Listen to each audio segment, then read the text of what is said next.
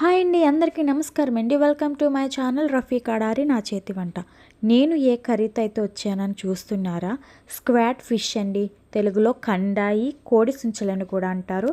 మీ side ఏమంటారో నాకైతే comment చేయండి. ఈ కర్రీ మామిడికాయ వేసి వండుకుంటే చాలా అంటే చాలా బాగుంటుందండి. నేను ఎలా వండానో ఒకసారి నా వీడియోని స్కిప్ చేయకుండా అయితే చూడండి. ఈ కండాయిలు చాలా పెద్ద టాస్క్ అండి చేయడం.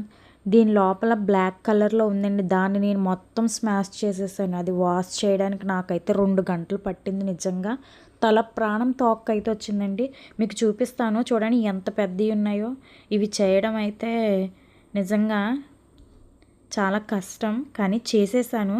దీని లోపల ఉండేటువంటి దాంతో ఎంతమంది పలకనైతే తోముకున్నారు. దీంతో మన స్కూల్లో బోర్డు కూడా తోమవచ్చు అనిపిస్తుంది నాకైతే. చూడండి నేను ఎంత శుభ్రంగా చేశాను. దీన్ని చూస్తుంటే నాకు కొబ్బరి ముక్కను చూసినట్టు ఉందండి. అంత పెద్దవి కదా, ఇవి కూడా చాలా పెద్దగా అయితే ఉన్నాయి. నేను ఎలా వండేస్తానో చూసేయండి. ఈ కర్రీలోకి నాకు 2 మామిడికాయలు అయితే పడతాయి. నేను ఈ 2 మామిడికాయలను అయితే తీసుకున్నాను. బాండీ అయితే పెట్టేసుకుని ఆయిల్ అనేది వేసుకొని దంచుకున్న ఉల్లిపాయ టమాటా ముద్దను అయితే వేసుకోండి. ఉప్పు అనేది వేసుకుని పచ్చివాసన పోయేంత వరకు వేయించుకోండి. కొన్ని కర్రీస్లో మనం దంచుకుండేటువంటిది వేసుకుంటే చాలా టేస్ట్ అనేది ఉంటుంది. అలానే పచ్చిమిరపకాయలు కూడా వేసుకుని బాగా వేయించేసుకోండి. ఇలా వేగిన దాంట్లో ఫ్రెష్గా అల్లం వెల్లుల్లిపాయ పేస్ట్ కూడా వేసి దీని పచ్చివాసన కూడా పోయేంత వరకు వేయించేసుకోండి. నేను ఈ కర్రీలో వాడిన మసాలా పౌడర్ ఏంటంటే ఎండు కొబ్బరి, 2 ఎండుమిరపకాయలు, జీలకర్ర, గసగసాలు, ధనియాలు, యాలకులు, లవంగిలు, చెక్క ఒకసారి అయితే వేయించేసుకుని పౌడర్లు అనేది చేసుకుని నేను ఈ కర్రీలోకి అయితే ఈ మసాలా అనేది వేయించుకున్నానండి. బాగా వేగిన మసాలాలో చిటికెడు పసుపు కూడా వేసుకొని బాగా వేయించేసుకోండి. ఈ వేయించిన మసాలాలో మనం కండాయి ముక్కలు అనేది వేసేసుకోవాలండి. కండాయి ముక్కలన్నీ వేసేసుకొని బాగా అనేది కలిపేసుకోవాలి. ఈ కండాయికి బాగా కాంబినేషన్ ఏంటో చెప్పనండి. వంకాయ కండాయి, మామిడికాయ కండాయి, గోంగూర కండాయి, ఈ మూడిటి కాంబినేషన్ అయితే అద్దరిపోతుందండి.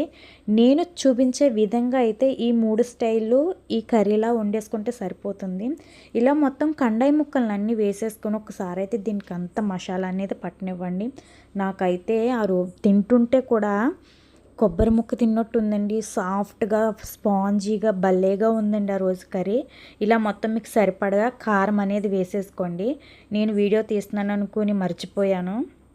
ఇలా మీరు ఎంతైతే స్పైసీతో తింటారో అంత కారం అయితే వేసేసుకోండి. వేసేసుకొని వాటర్ అనేది వేసుకొని మూత అనేది పెట్టేసుకొని బాగా అనేది ఉడికించేసుకోండి. నాకు ఒకటి అర్థం కాదు, 60 సెకండ్స్లో ఏ వంటకం అర్థమవుతుందో నాకైతే అర్థమవుతుంది. ఇలా మూత అనేది పెట్టుకుని మధ్య మధ్యలో మూత అనేది తీసుకుంటూ కలుపుతూ ఉండండి.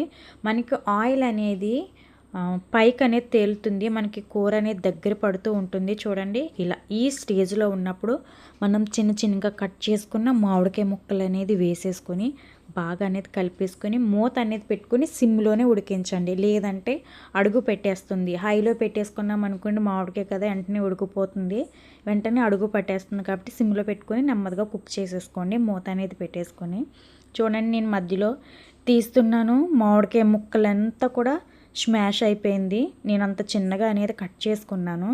ఈ కూర చూస్తుంటే నాకు నోరు ఊరిపోతుందండి. నిజంగా మామిడికాయ అనేది నా ఫేవరెట్. నేను ఎక్కువగా పులుపు అనేది తింటాను. చూడండి మీకే తెలుస్తుంది కదా కర్రీ ఎలా ఉంటుందో.